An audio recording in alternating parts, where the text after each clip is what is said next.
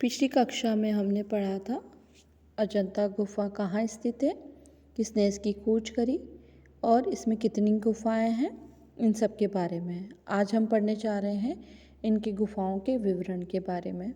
गुफा संख्या 1, ये एक विहार गुफा है। इस गुफा की बाईं दीवार पर विश्व प्रसिद्ध पद्मपाणि बोधिसत्व का चित्र बड़ा ही मर्मदर्शी और कलात्मक है। इनमें हाथ में कमल लिए बोधिसत्व को विश्व चिंतन में लीन दर्शाया गया है। दूसरा विश्व प्रसिद्ध चित्र मार विजय का है। भगवान बुद्ध सांसारिक दुखों को दूर करने के लिए भूमि को साक्षी मानकर भूमि स्पर्श मुद्रा वज्रासन में लीन बैठे हैं। चारों ओर मार कामदेव की सेवा उन्हें अनेक प्रकार के प्रलोभन देते हुए चित्रित की गई है। इस गुफा में वज्रपाणि, शिव जातक, नागराज, शंखपाल, श्रावस्ती का चमत्कार, महाजनक की कथा आदि चित्र अंकित हैं। गुफा संख्या 2, यह भी एक विहार गुफा है। इस गुफा के बाई भित्ति पर माया का स्वप्न, त्रसित स्वर्ग, बुद्ध जन्म के चित्र हैं। इस गुफा का दया याचना का चित्र सर्वोत्कृष्ट कहा जाता है। चित्र में राजा तलवार लिए नर्तकी को सजा देने जा रहा है। नर्तकी उनके पैरों में पड़ी क्षमा की भीख मांग रही है। माँ हंस जातक के चित्र में हंस के रूप में बोधिसत्व वनवास के राजा व रानी को उपदेश दे रहे हैं। इस गुफा में एक वैराग्य सूचक साधु का चित्र है। कुछ विद्वानों ने इसे सर्वनाश सूचक साधु या राजदूत माना है। इसी गुफा में विदुर पंडित जातक और झूला झूलती राजकुमारी के चित्र हैं।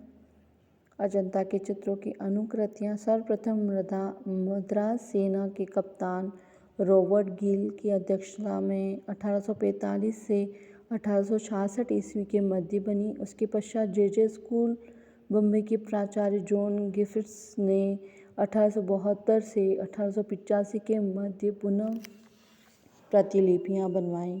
प्रिय विद्यार्थियों, हम गुफा संख्या 1 और गुफा संख्या 2 की विवरण के बारे में पढ़ चुके हैं। अब हम पढ़ने जा रहे हैं गुफा संख्या 9 को।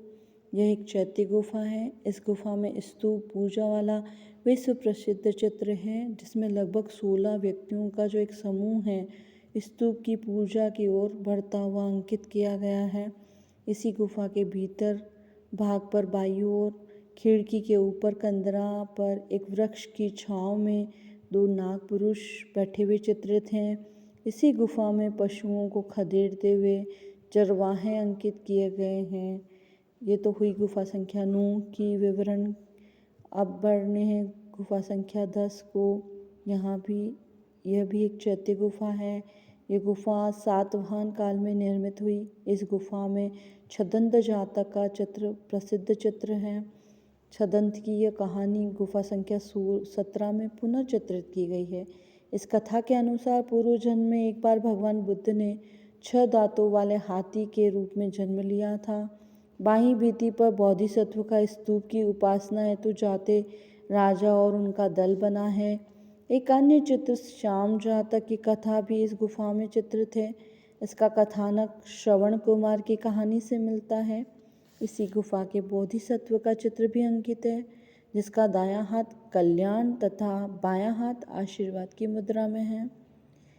इसमें याद रखने वाली बात यह कि विषय की दृष्टि से अजंता की जो चित्रावली को 3 प्रमुख भागों में बांटा है, जिसमें पहला जो है वो अलंकारिक, दूसरा जो है वो रूप भेदिक और तीसरा जो है वो वर्णनात्मक है।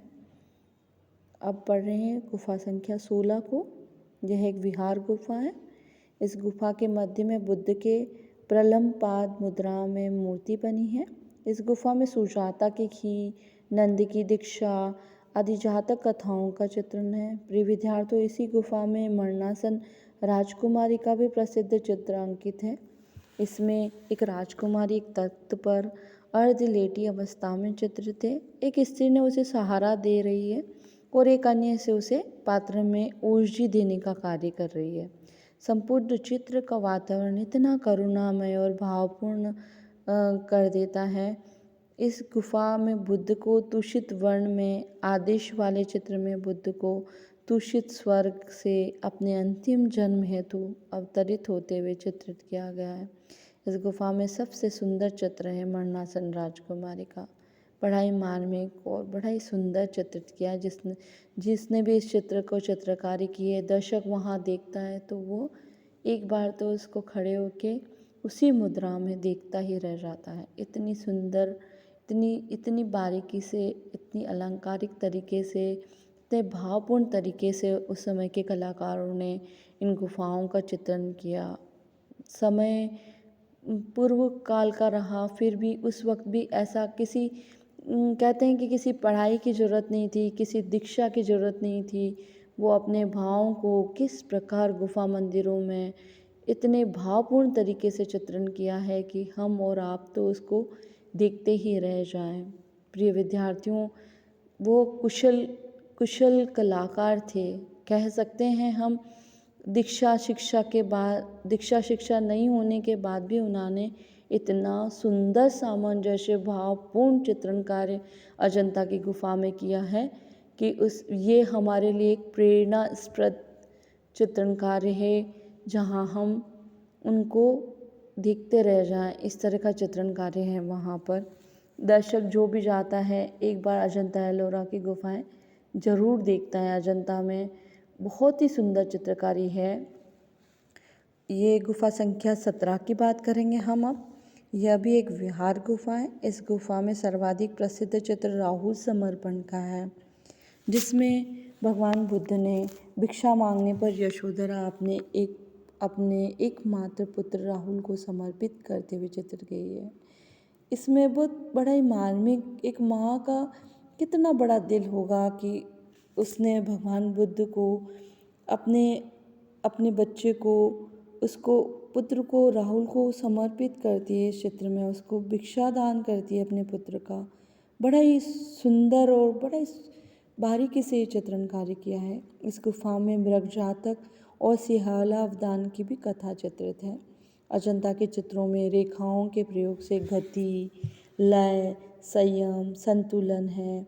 भावांकन के लिए प्रसिद्ध यहाँ के चित्रों में रेखा की प्रधानता रही है। चित्रों में पीले रंग के लिए पीली मिट्टी, लाल के लिए गेरू, सफ़ेद के लिए चीनी मिट्टी, जिप्सम व चूना, काले रंग के लिए काजल, नीले रंग के लिए लाजवर्द, हरे वर्ण के लिए ग्लेकोनाइट पत्थर का प्रयोग किया गया है।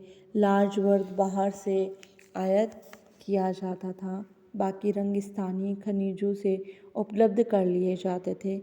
इन रंगों को गोंद तथा सरेस के साथ में घोलकर तैयार किया जाता था। ये तो रहा हमारा अजंता गुफा चित्रों के विवरण के बारे में। प्रिय विद्यार्थियों, हम आगे के सेशन में पढ़ेंगे बाघ की गुफा चित्रों के बारे में। बहुत बहुत धन्यवाद आप लोगों का।